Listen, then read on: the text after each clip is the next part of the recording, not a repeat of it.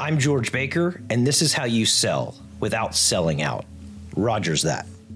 Hi, everybody. I'm Rogers Healy, and welcome to Rogers That, a podcast dedicated to selling without selling out. And today we have somebody very special, someone I've known a very, very long time, a self-described, believe it or not, a goat, but not just any goat. He is the goat of something that you're about to learn a lot about, and I'm going to end this intro with that, so keep listening. An entrepreneur, a visionary, a leader, a strategic individual that most importantly loves the Lord, loves his family, and thankfully I think he likes me, which is why I was able to grab some of his time today. I met George Baker in 1995. George was a part of the Cool Crew at high school, and 20 years later, George and I finally had a conversation, joking about the Cool Crew part, not joking about 20 years later, but he was always someone that I admired and looked up to. Not literally, but I always admired his, he's consistent, and George is present, and there's just something about George that as you get to know him through this podcast and as you follow his journey afterward, he's got a lot of goodness to him. And I think that when you think of a leader and someone who has had significant success acquiring companies, exiting companies, and as he's done that, he's become a better leader and a better person. I think that's very rare. And so that's why I wanted him to come in here today and talk about, believe it or not, disrupting, being the GOAT of parking. So the current founder and chairman of the board of Park Hub, also a man of many other talents, which we're going to get to. It's my pleasure to introduce George Baker. Thank you. Thank you so much, Rogers. Glad to be here. You're welcome. You're welcome. Why don't you give us a little bit of background? I know you're a Dallas guy that ventured a little bit west, came back, but you grew up in a atmosphere of parking, where parking, like insurance. My dad's an insurance guy. Your family's in the parking industry. Was that just normal for you as a kid, and then that was what your vision was later, was to disrupt parking? Yes. And funny story how I got all the way out west. But foundationally, I think it's kind of important. I'm going to rewind and kind of start back with kind of my grandparents, specifically my mother's side, coming into the United States. So my grandfather in the 40s answered an ad in the Paris Tribune to become a chef. No way. By the way, Paris, France? Paris, France. Okay, we have some Paris, Texas listeners today. Yes. Right? Well, this Paris, France, the war was going on, and really they were seeking to flee the country and come to the land of opportunity. I say all that to say entrepreneurial spirit is ingrained in the family DNA and kind of starts what will happen thereafter, not only for me, all of my family members. We're all entrepreneurs. The entrepreneurial spirit runs deep. So grandfather answers an ad at Paris Tribune to become a chef in Dallas at the Old Warsaw. It was over on McKinney Avenue. Left my grandmother, my mother, her two brothers in Paris, actually Bulgaria, south of Paris, got established here in the States, and then later in the mid-50s, 10 years later after established, brought the family over. They opened up their own restaurant. It was called Patrice. They operated till 1989 over on McKinney Avenue, where now the Whole Foods development is. No way. So is Old Warsaw a French restaurant? It is a French restaurant. So I want to meet the person that thought it'd be smart to do an ad in France to get someone all the way. That's a salesperson right there. That's right. So they went and tracked down before the internet, maybe before, I don't even know if phones really were a big thing. I know that shows my ignorance, but a Dallas restaurant, which is a staple here and it's still around, I know it's moved a few times, does an ad in a small town French newspaper that changes the trajectory of your entire life. Was Baker the last name they brought over? Patrice. Oh, Patrice. Patrice. And then he opened his own restaurant when he brought the family in. I think it opened in 55, 60, somewhere in there, operated, as I mentioned earlier, till 1989. My uncle then reopened it over on Lover's Lane, right down the street from Celebration, and they closed in the mid-2000s. What was that? It was Patrice. Wow. Yeah. So when your mom and your dad met, it was almost like an arranged marriage because his last last name was Baker. Yeah, right. Yeah, it's like, wow, it's meant to be. So Anyway, entrepreneur, it's in your blood. It's in the blood, and my mom and her brothers, the whole family worked in the restaurant. My father met my mother at the restaurant. But to answer your other question, parking in the DNA, grew up. So my father, after school, started here in Dallas, Parking Company of America, and I am one of three. I've got three sisters, being the only boy. I was pushed out into the parking lots literally at a very young age, 10, 11, 12. Bought my first car when I was 16 because of working for my father. And to your point earlier around disrupting the industry, I cut my teeth in the industry, understood all the pitfalls. What were you doing at 10 or 11 years old? 10 or 11 years old, I was being humbled, and I was out with the maintenance porter guy, and we were picking up trash around downtown Dallas.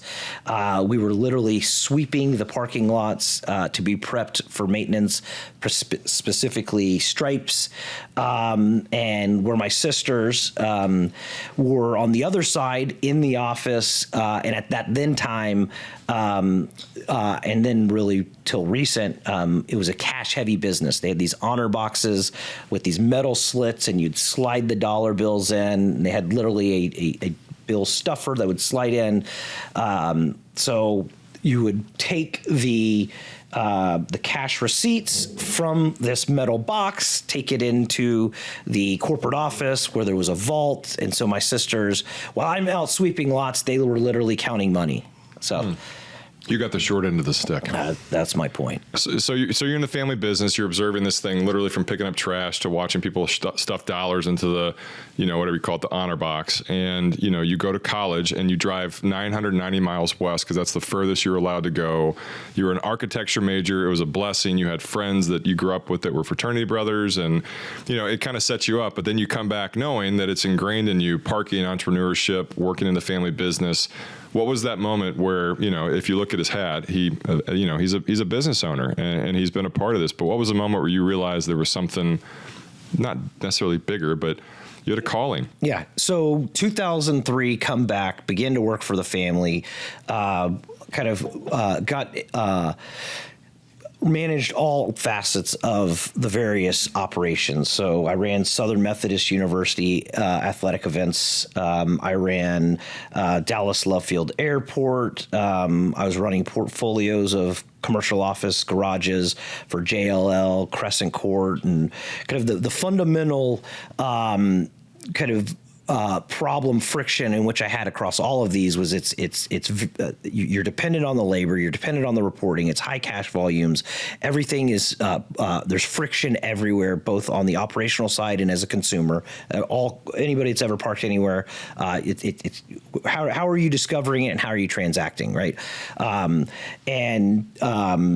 started running corporate development at the end of kind of my before I left the family business, and in 2010, I saw a paradigm shift in the way that the transaction was being conducted. And here specifically in Dallas, Texas, here in Dallas, Texas, the sports entertainment market went red hot. Texas Rangers go back-to-back World Series. Dallas Mavericks win an NBA championship. Jerry Jones had just opened up what was referred to at the then time the modern-day Coliseum with Cowboy Stadium, then to be named AT&T Stadium out in Arlington, Texas. And I say all that to say, because of all of that, and the paradigm shift occurring in the parking market, was the transaction was going less and less on-site afterthought on your way to that event, right? And I was able to capitalize on the advent of the internet and becoming more commonplace, and the smartphone device connecting people and applications being written on top of that. So it's very, very easy to move the once cash transaction into an electronic forms of means, and I was able to charge a premium. In other words, the parking transaction could be sold through a booking engine. And so as you were buying tickets, you could buy parking, and the consumer was actually paying a premium service for that because they had peace of mind, knowing that they had a parking spot when they had arrived, and then you had all of these mecca events that then drove up the parking rates. How did you even get doors open with this idea? I worked specifically at the then time with ticket brokers, and so I was Online ticket brokers or physical in ticket brokers that were even selling tickets on the streets, and so I was using the family's inventory, parking lots in parking lot spaces, and creating a digital credential that said, hey, here's a parking spot at Main and Main, spot 1. Here's a parking spot, Main and Main, spot 2. And just as a ticket was for section 102, seat 3, right? It was extremely novel at the time. It was absolutely disruptive. But what it was able to do is provide customer insights around buying behaviors in advance, and then year, make, model of the vehicle, and some customer IDs that then we were able to then go remarket, and we found an attachment rate that just fueled our marketing, so people would continue to buy. Do you remember the first time you realized you had to raise money, or you needed to raise money? The first time I started in 2010, again, kind of went through kind of that hotbed of sports entertainment in Dallas. First capital I took was so I self-funded till 2013. And then from 13 to 19, I raised $26 million through 4 securities. I mean, the first time you went out and you had to explain this to somebody, or you got to explain it, was it very natural and you felt, like this is what I'm supposed to do, and the pitch was perfect, or was it something? No, it's always iterative. Yeah, $26 million. Wow. I mean, that was over the course of, you said, like 5 or 6 years. And then the process of starting to bundle something up and realizing that what you had built was, you had an idea, then it went to concept, and then it was a brand, and it was a powerhouse. And along the way, too, we mentioned this at the beginning, he acquired other companies to help bolster, the strength of Park Hub. But, what was that like? Like living above it all, realizing, not above it all, but I'm saying being able to see it as a visionary, see it come to place where like 10 years is not that much time as a business owner. It happened for you in about half that time. Yeah. The growth was fast, which then led to, understanding that we truly had product market fit. We created this market. The way that I built the business is through rapid innovation cycles. So we're design first, so we use personas to build both the various user classes that were interacting with the software. So did you sit there in a dark room and just map all this stuff out? At first, yes, and then I've got some agencies to help. So the first iteration of the product, I was building myself, and then as I began to raise capital, kind of the use of the funds was to improve and build a scalable product offering that then I could take to market. Wow. So back to the acquiring companies and raising money. I think this is interesting, where I think you're the first person to come on the show that has actually started from the ground up, had multiple acquisitions, and then got acquired themselves. So I'm sure people will appreciate just the process of that, whether it's mental or just a literal interpretation. What was that like, living through that? A blur. To your point, it happened very, very fast. And what it was like is visionary. Yes, I started the business. Now, founder, chairman, ran the CEO of the business for the first 10 years of the life cycle of the business. But it comes with a lot of great people and great executives that helped me get to where we were.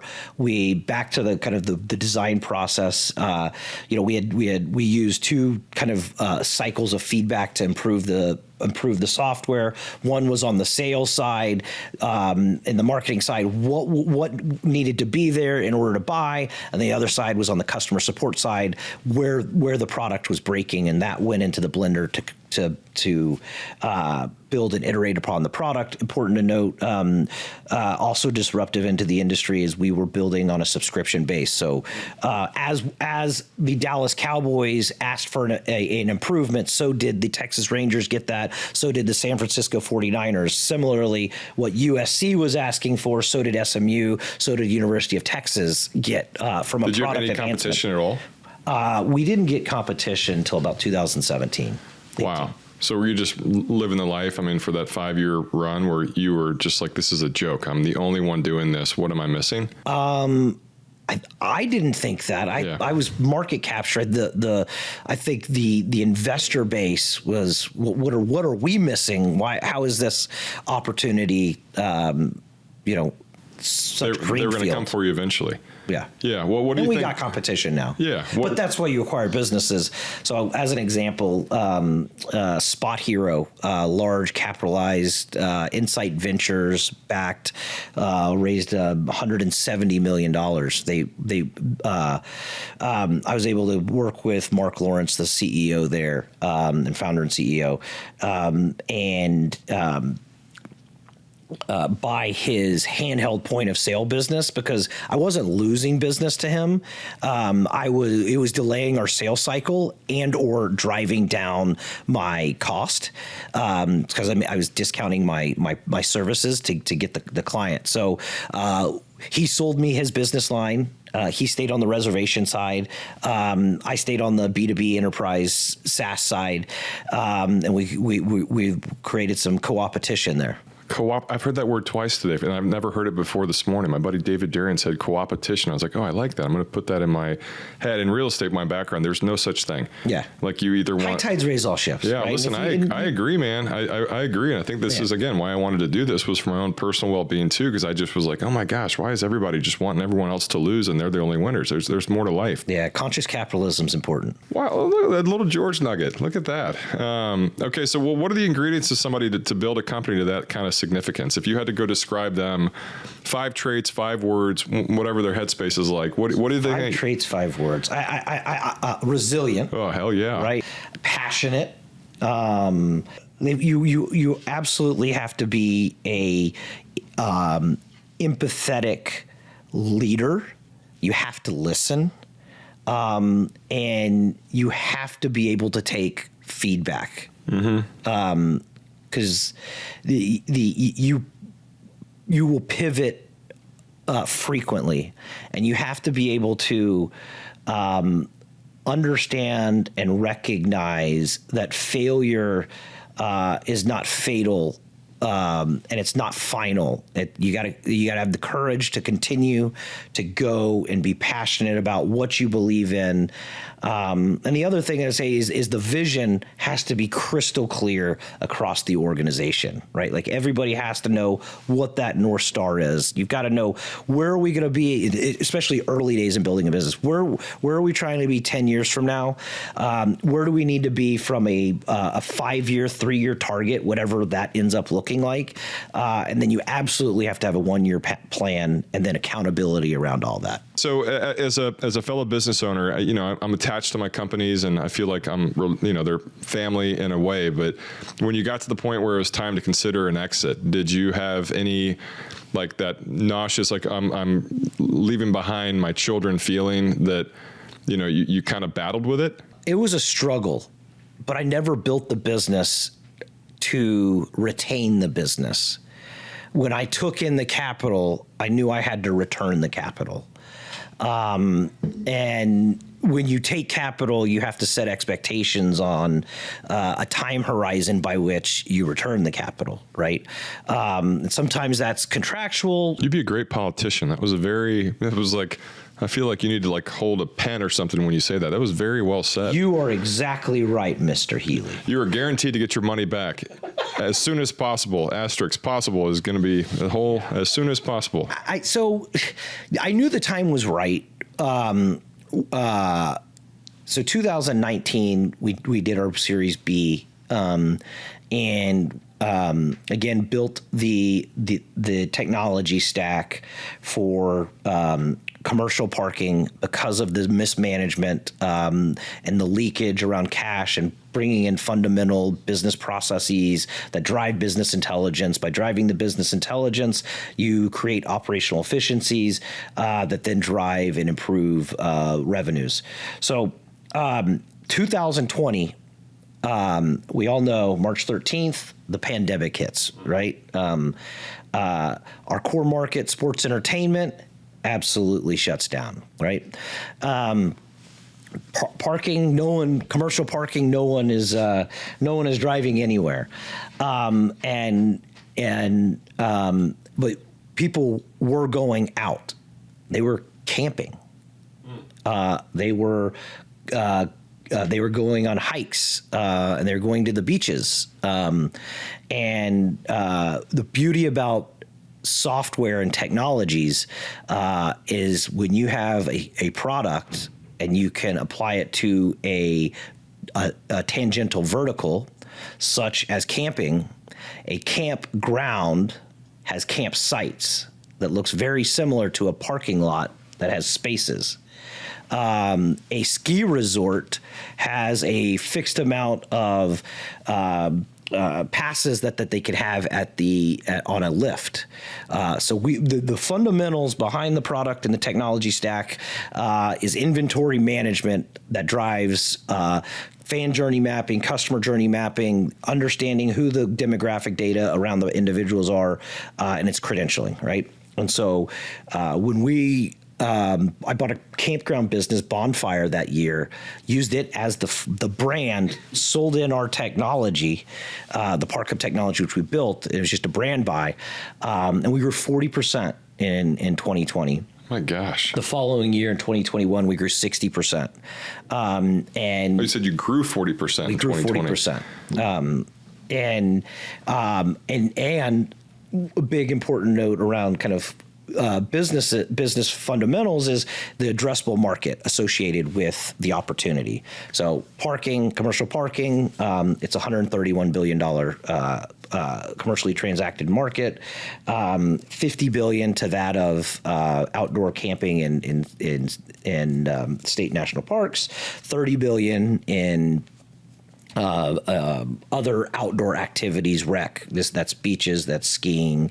And so as I unlock that, the opportunity then unlocked. And so that was my signals as this is the time for the jump off point to return the capital to the existing investors. Do you consider yourself more of the parking goat or the prince of parking? I'm the parking goat, right? The parking goat. I don't know. I was just thinking about that. So you get to the point you're about to exit your company, and then next thing you know, obviously the stars align, and it's been really fun to follow George's journey just on LinkedIn alone, because it's incredible publicity, and your name is all over the place, but it's there differently when you get to a point where you're selling your baby. What was the first thing you bought when you sold your company? That's what we all want to know.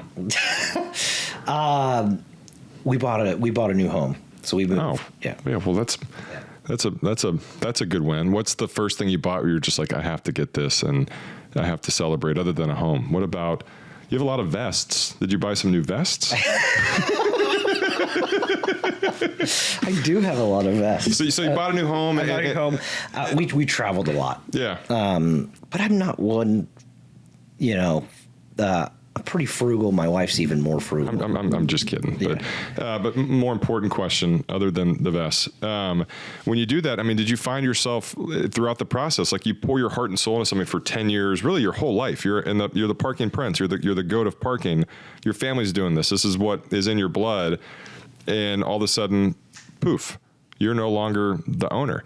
And you're kind of, working for a company that you founded. What was that headspace and that journey? Did you find yourself kind of trying to figure out your identity, moving to the next phase of your life? I don't know if I've necessarily done that yet.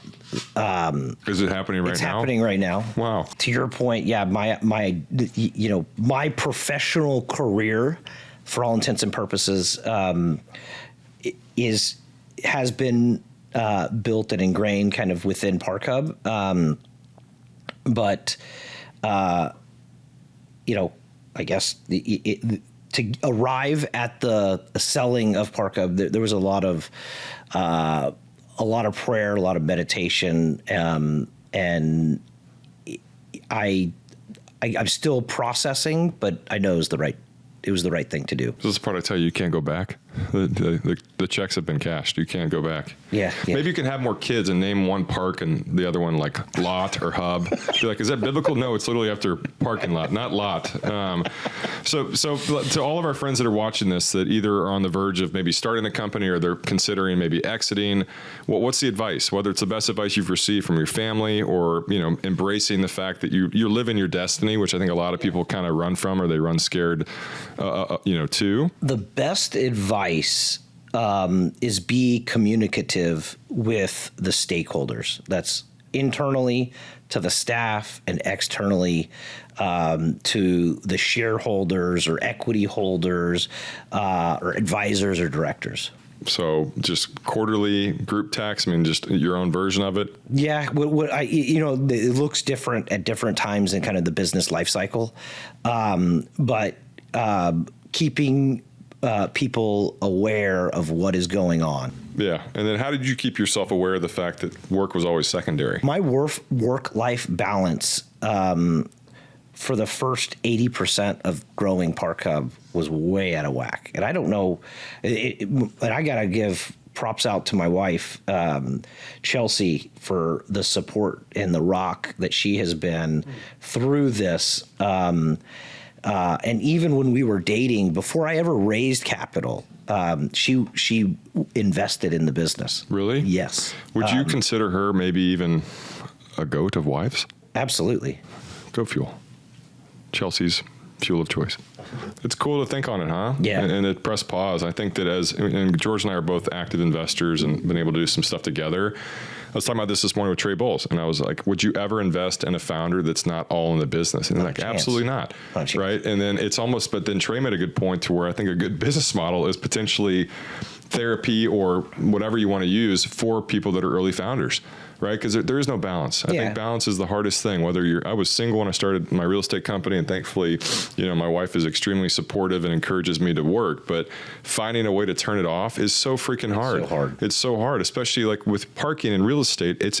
You can't avoid it, right? And you start to look at things like a beach, like how many parking spots. It's just everything is parallel, and I think it's really hard. But to find someone who can keep you balanced in a way, especially early on, is really, really hard to find. So I'm going to do a plug. I read a book during COVID, a business professional friend of mine, Scott O'Neill, who's the CEO of the Brooklyn Nets, wrote a book called "Be Where Your Feet Are," and the fundamentals behind the book is if you're at work, that's where you need to be mentally. If you're at the house, that's where you need to be back at mentally.